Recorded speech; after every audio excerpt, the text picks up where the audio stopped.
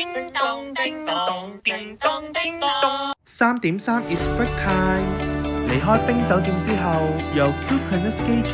乘搭一架小型飛機去到旅程嘅最後一站 Tromsø。Tromsø 係挪威北部最大嘅城市，又名北極之都，同埋係最有機會睇到極光嘅地方之一，所以追光團係唔少得呢個地方。當地仲有間全世界最北嘅麥當勞，但係個 menu 同芬蘭嗰間一模一樣，所以我哋午餐就揀咗一間當地嘅小酒館。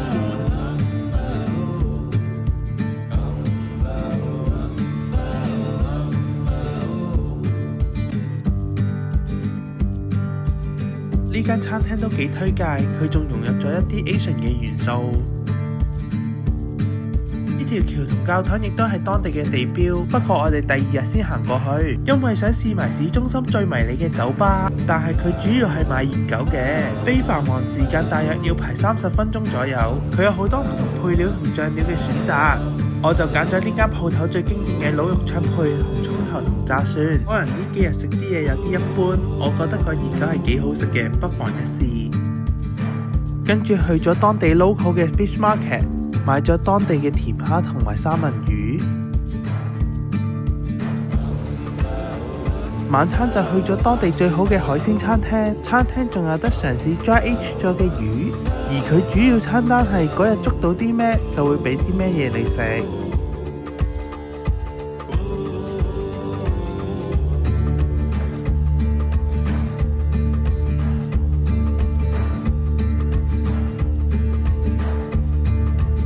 食完飯一出個碼頭，好彩咁樣俾我哋見到個極光。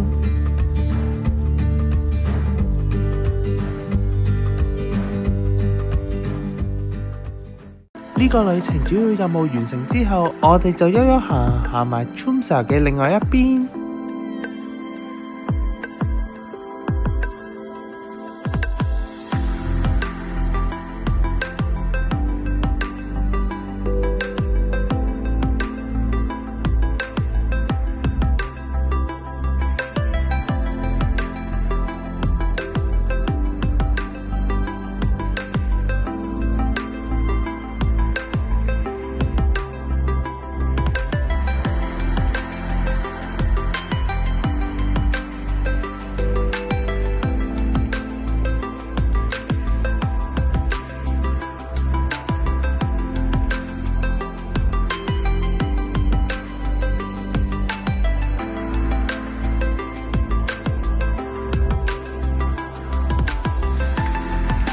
當日纜車實在太多人，大約要排2個鐘，我哋就冇排啦。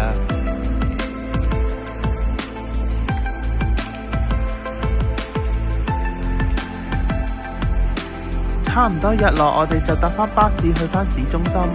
然之後早少少食晚餐，諗住去市中心附近一個湖邊度追極光。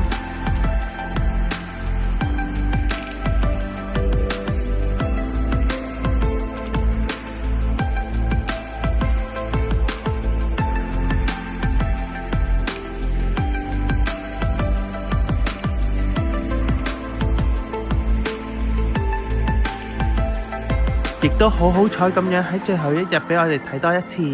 畫上一個圓滿嘅句號。